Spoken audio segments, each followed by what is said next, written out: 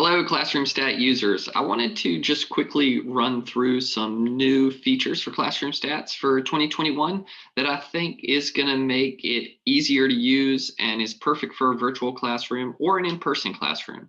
So let's see how quick you can access the new features. Go to Login, and when you log in, you're going to go to a new dashboard. This is designed for quick access to experiments and data collection. You can see some examples for regression, height and wingspan, height and shoe size, match pairs examples. But what I want to do is show a new feature for randomized groups. So this is for texting with one or two hands. We want to see if there is a difference in text time if students use one or two hands. So the instructions you would give them is you're going to text in any, your text messenger service. Correlation does not imply causation, period.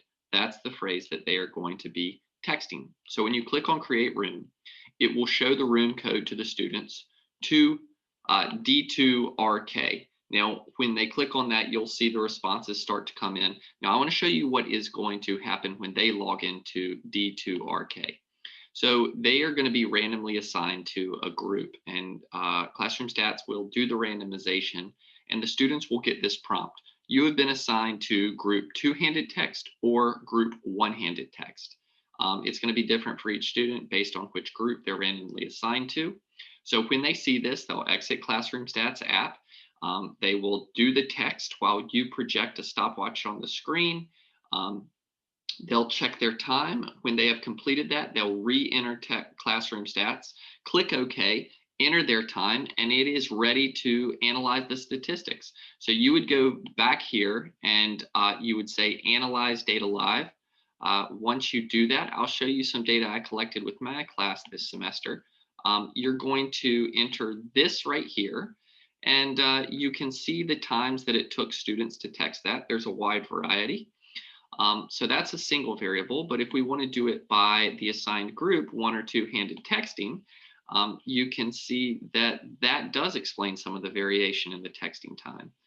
It looks like about 4.5 seconds longer for one-handed texting.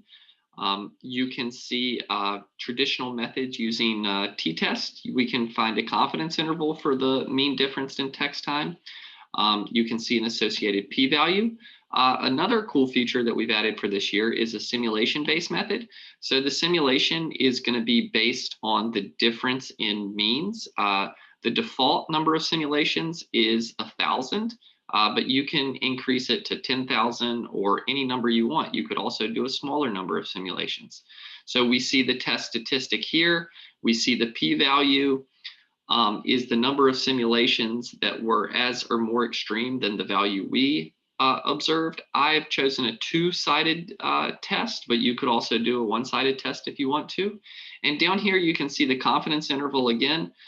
This is a bootstrap confidence interval. So this is a method you can do right at the beginning of the semester to start understanding the experimental process. You can go through this entire process in roughly 5 minutes on the first day of class. Talk to them about simulation and randomized comparative experiments. So I hope you found value in this. We'd love to hear from you at Classroom Stats with any feedback, suggestions, or comments.